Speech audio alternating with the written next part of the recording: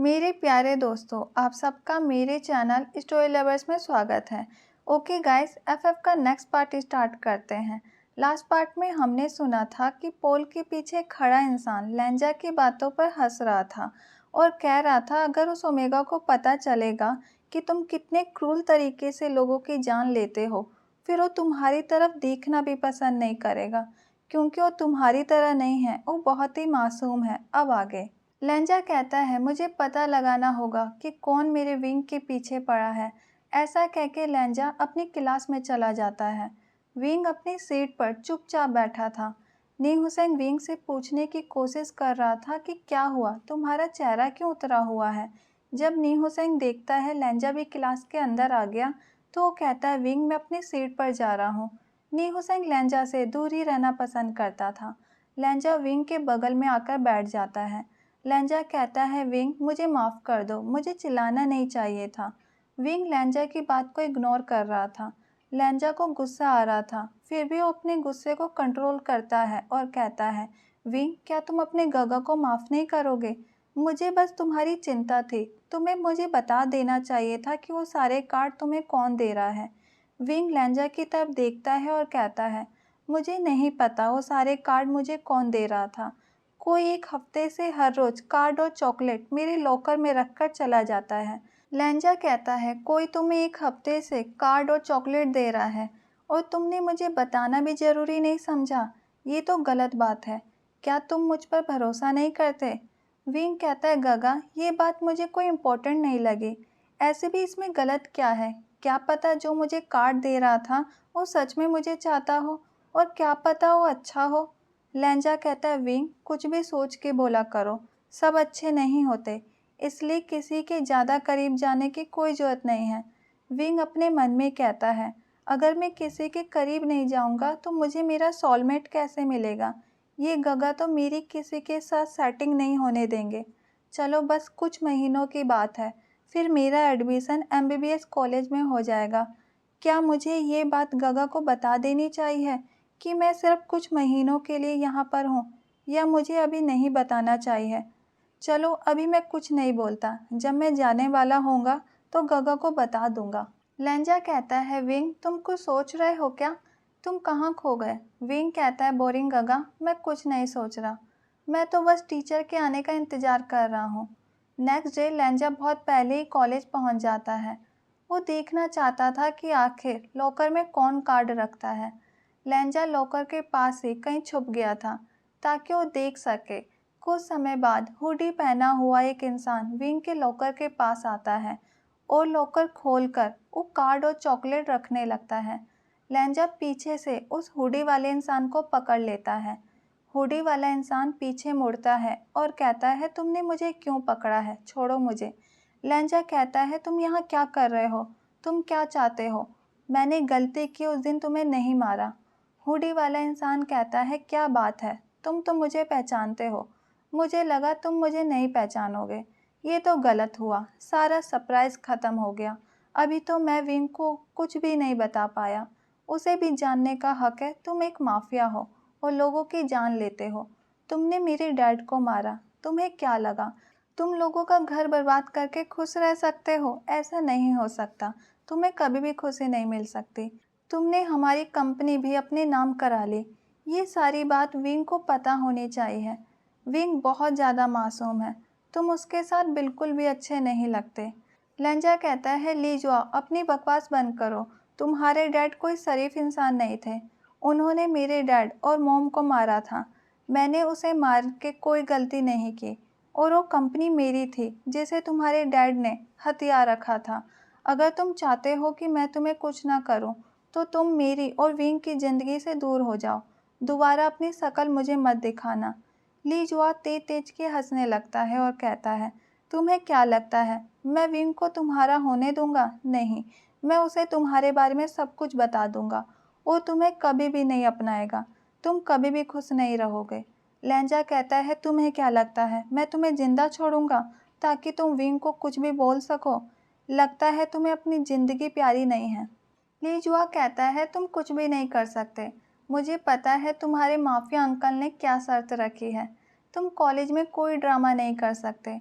अगर तुमने कुछ भी किया तो तुम माफिया किंग की रेस से बाहर हो जाओगे। लहंजा कहता है तुम मुझे नहीं जानते, मैं कुछ भी कर सकता हूँ। ऐसा कहकर लहंजा ली जुआओ की गले की ऐसी नस को दबाता है जिससे वो बेहोश हो जाता है। लहंजा एक ईविल स्माइल करता है और कहता है मुझे जो चाहिए है उसे मैं लेके रहता हूँ, मुझे कोई नहीं रोक सकता। तुम्हें अपनी ज़िंदगी प्यारी नहीं है तो मैं क्या कर सकता हूँ, मैंने तो तुम्हें ऑफर दिया था। ऐसा कह के लहंजा ली जुआओ को अपने कंधे पर उठा लेता है और कॉलेज के बाहर ले जाने लगता है।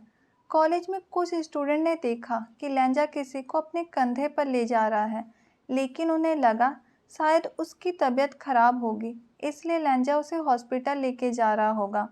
ऐसे भी ली जुआओ उस कॉलेज का स्टूडेंट नहीं था, वो तो सिर्फ लहंजा का पीछा कर रहा था, इसलिए कॉलेज में कोई भी ली जुआओ के बारे में कुछ नहीं जानता था। लहंजा ली जुआओ को अपनी कार में बैठा लेता है।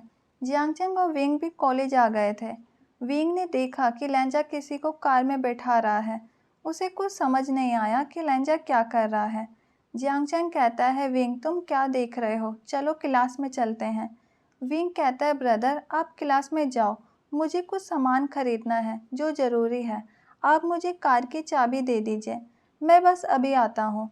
जियांगचंग विंग को कार की चाबी दे देता है और वो अपनी क्लास में चला जाता है। विंग अपनी कार में बैठता है और लहंजा की कार का पीछा कर लेता है। उसे लहंजा में कुछ अजीब लग रहा था। उसे भी नहीं पता था कि वो लहंजा का पीछा क्यों कर रहा है, लेकिन उसे लगा कि उसे ऐसा करना चाहिए। आज विंग का दिल बहुत तेज तेज की धड़क रहा था। उसे डर भी लग रहा था और उसे जानना भी था कि आखिर लहंजा किसको अपने साथ ले जा रहा है। लहंजा की कार ऐसी जगह रुकती है जहाँ दूर दूर तक कोई घर नहीं था, दूर दूर तक कोई इंसान नजर नहीं आ रहा था। बहुत ही सुनसान इलाका था।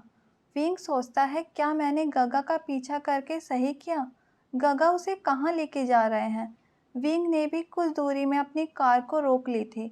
लहंजा फिर से ली जुआओ को अपने कंधे पर उठाता है और उस सुनसान रास्ते में आगे चलने लगता है। विंग भी लहंजा का पीछा करने लगता है। थोड़ी दूरी पर एक सुनसान खंडर था जहाँ ब्लैक कपड़े में कुछ लोग थे जिनके हाथों में गन थे। विंग ये सब देखकर बहुत ज़्यादा डर रहा था, लेकिन अब उसे और ज़्यादा जानने की इच्छा हो रही थी। एक इंसान की क्यूरियोसिटी उसे सब कुछ करने के लिए मजबूर कर देती है, जो विंग के साथ हो रहा था। वो गार्ड लहंजा के सामने अपना सर झुका रहे थे और उसे बॉस या सर कह रहे थे। ये सारी बातें विंग के सर के ऊपर से जा रही थी। उसे अपनी आंखों पर विश्वास नहीं हो रहा था। उसे तो ऐसा लग रहा था जैसे वो कोई नई दुनिया देख रहा हो।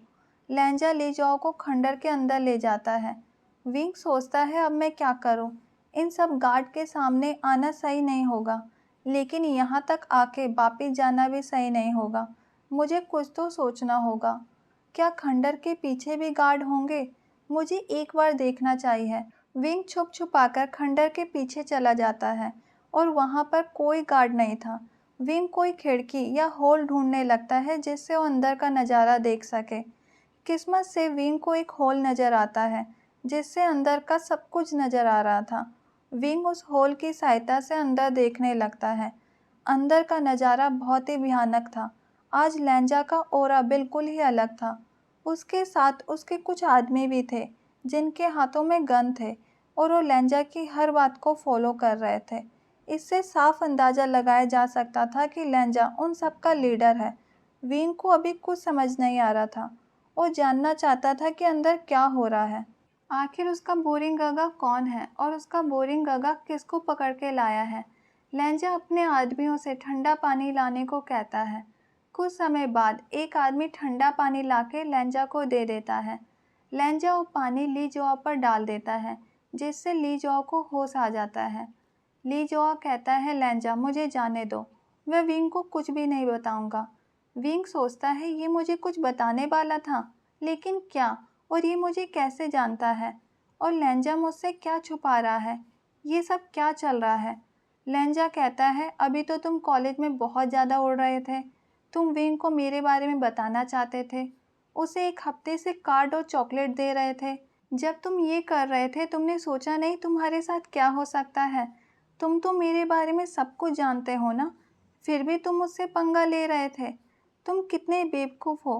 अब तुम्हें क्या लगता है मैं तुम्हारे साथ क्या करूँगा।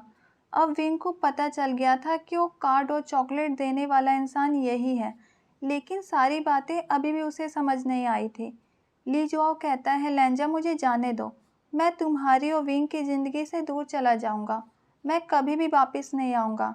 मुझे मत मारो, तुमने मेरे डैड को भी मार दिया और जेनी को भी तुमने ही मारा। अब तो तुम माफिया किंग भी बनने वाले हो। मुझे छोड़ दो। ये सारी बातें मैं किसी को भी नहीं बताऊंगा। अब विंग एक स्टैचू की तरह खड़ा था। उसे पता चल गया था कि लेंजा एक माफिया है और खूनी भी है।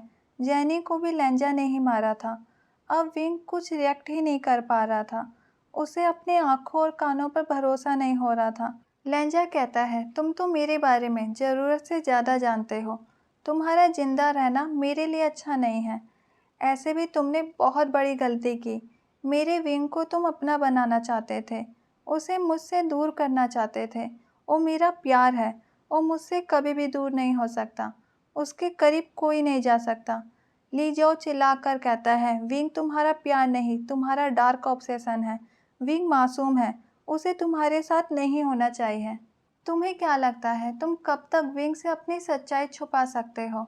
और जब विंग को तुम्हारे बारे में पता चलेगा, क्या वो तुम्हारे साथ दोस्ती रखना चाहेगा? मुझे तो ऐसा नहीं लगता। तुम्हें विंग कभी भी नहीं मिलेगा। ये डार्क ऑब्सेशन कभी भी नहीं जीतेगा। विंग को जल्दी सब कुछ पता चल जाएगा। वो तुम्हारी ज़िंदगी से कहीं दूर चला जाएगा। तुम एक क्रूर माफिया हो। तुम्हें सिर्फ लोगों को मारना आता है। तुम किसी से प्यार नहीं कर सकते। तुम्हारे पास कोई दिल नहीं है जो किसी के लिए धड़क सके। तुम बहुत ज़्यादा क्रूर हो। तुम किसी के प्यार के काबिल नहीं हो। पता नहीं अभी तक तुमने कितने खून किए होंगे, कितने लोगों का घर बर्बाद किया होगा। ली जाओ को पता चल गया था कि लेंजा अब उसे नहीं छोड़ेगा, इसलिए वो अपनी मन की सारी भड़ास निकालना चाहता था। उसे पता था कि अब उसकी ज़िंदगी ख़त्म होने वाली है, तो वो जाते जाते लेंजा को गुस्सा दिलाना चाहता था। लेंजा को लीजाओ की बातों पर बहुत गुस्सा आ रहा था, इसलिए लेंजा लीजाओ की जवान को खींच लेता है। लेंजा के पूरे चेहरे पर खून के छींटे थे। ये देखकर विंग की चीख निकल जाती है। लीजाओ दर्द से तड़प रहा था। विंग ने जो नज़ारा देखा था, वो नज़ारा उसके दिल को झंझोर के रखने के लिए काफ़ी था।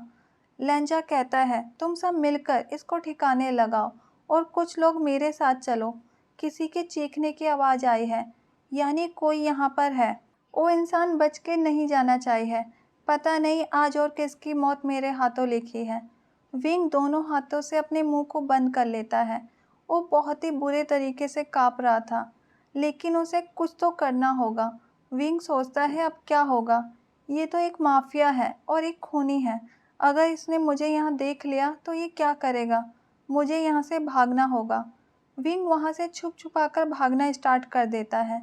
लेंजा और उसके आदमी विंग को ढूंढने की कोशिश कर रहे थे। ओके गाइज, आज का पार्ट यहीं रखते हैं। Bye, thank you.